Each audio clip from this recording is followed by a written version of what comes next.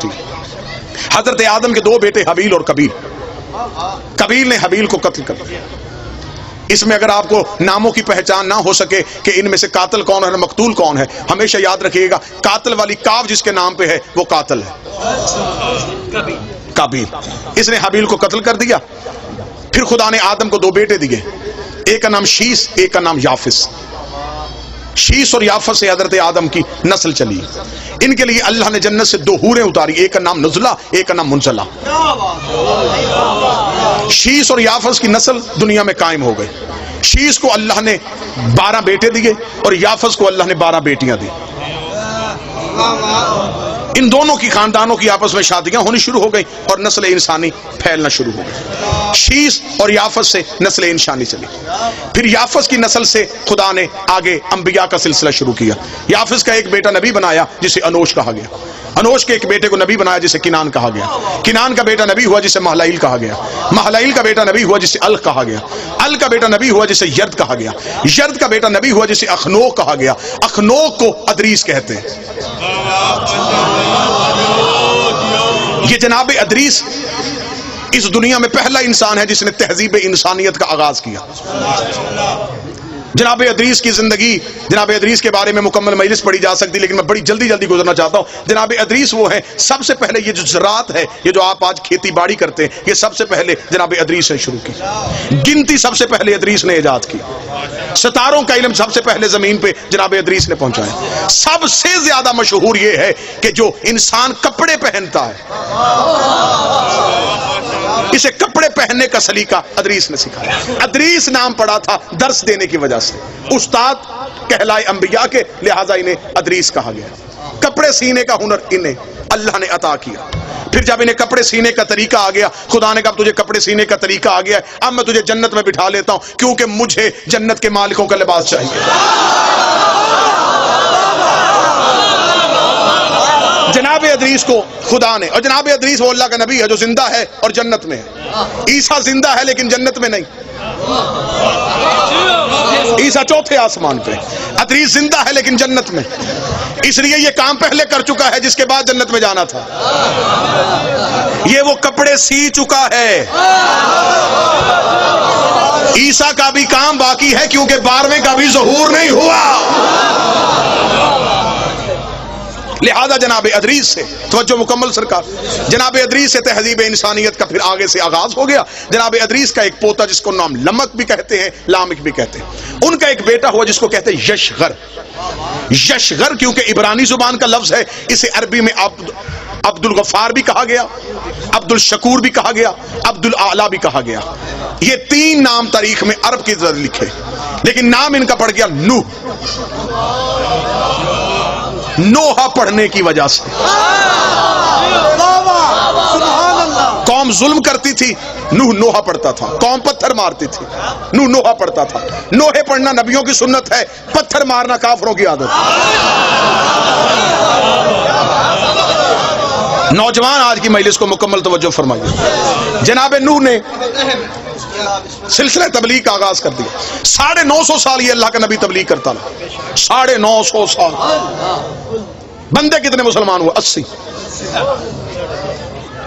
950 سال تبلیغ، 80 بندے مسلمان۔ 950 سال کے بعد جناب نوح نے کہا میرے اللہ بس تھک گیا ہوں۔ 950 سال کوئی تھوڑا عرصہ نہیں ہوتا، عذاب بھیج ان پہ۔ نوح نے عذاب مانگا، یہ جبریل آیا، جبریل نے ہاتھ میں کھجوریں رکھ دی، اسے کہا اللہ کہہ رہا کھجوریں کھا اور گٹھلیاں دفنا۔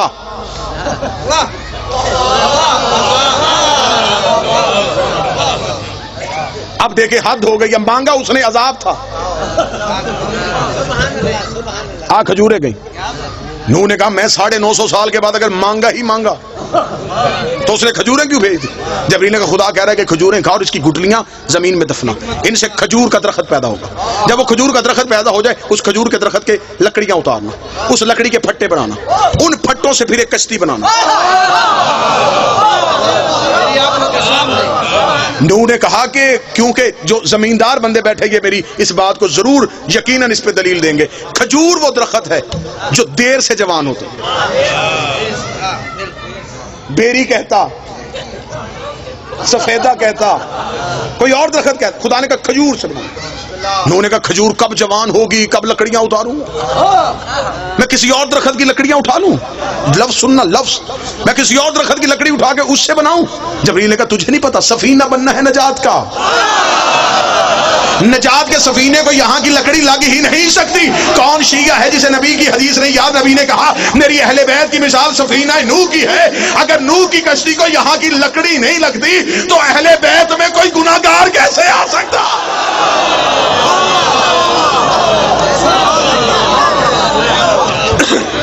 جناب نوح نے، میں خیر پورا واقعہ میں ایک سارے قصے چھوڑ رہا ہوں، جناب نوح نے سفینہ تیار کر لیا، سفینہ تیار کر کے جناب نوح نے بٹھایا سب کو، جو 80 لوگ تھے انہیں بٹھا لیا، بیٹا چھوڑ کے چلا گیا کنعان، ڈوب گیا، بیوی غرق تھی، نبی کی بیوی ماری گئی،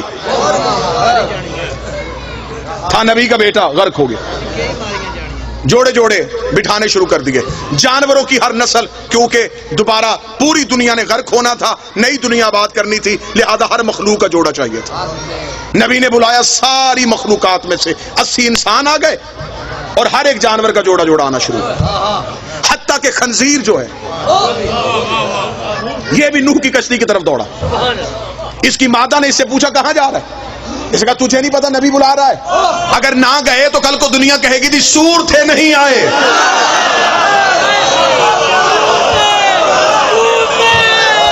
کوئی بندہ تو ہوگا جو صدر کی قدر کرے گا۔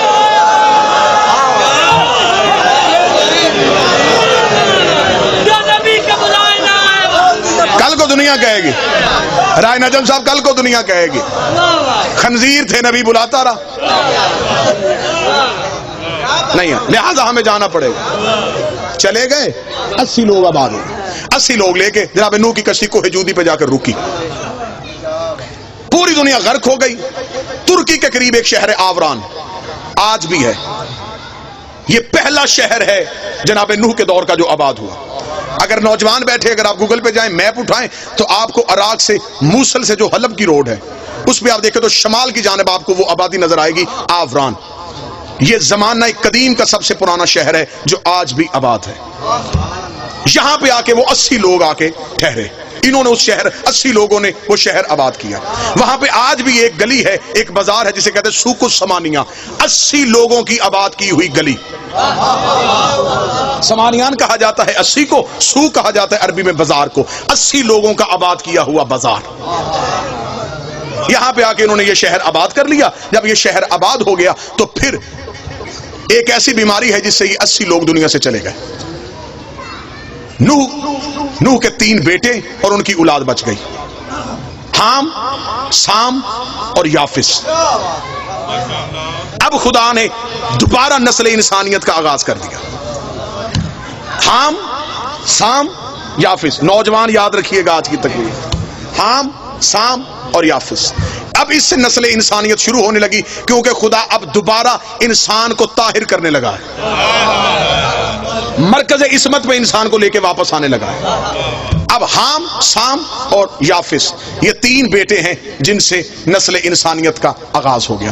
حام کے 9 بیٹے، سام کے 9 بیٹے، یافس کے 11 بیٹے، جس سے نسل انسانی چلی۔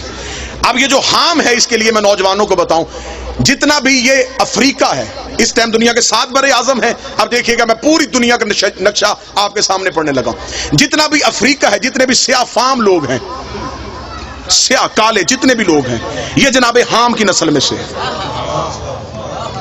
یہ اولاد ہے جناب حام کی۔ اس پوری نسل میں سے جو قبیلہ، جو خاندان عزت، روحانیت، عبادت سے مشہور ہوا، اسے کہتے ہیں قبیلہ بربر۔ یہ خاندان بربر وہ تھا جو حام کی اولاد میں سے پاکیزگی، بزرگی، عزت اور فضیلت میں مشہور تھا۔ جناب فضہ کا تعلق اس خاندان سے تھا۔ اس خاندان کو نوبیہ بھی کہتے ہیں، اس لیے جناب فضہ کا ایک لقب ہے فضہ نوبیہ، اس خاندان بربر کی وجہ سے۔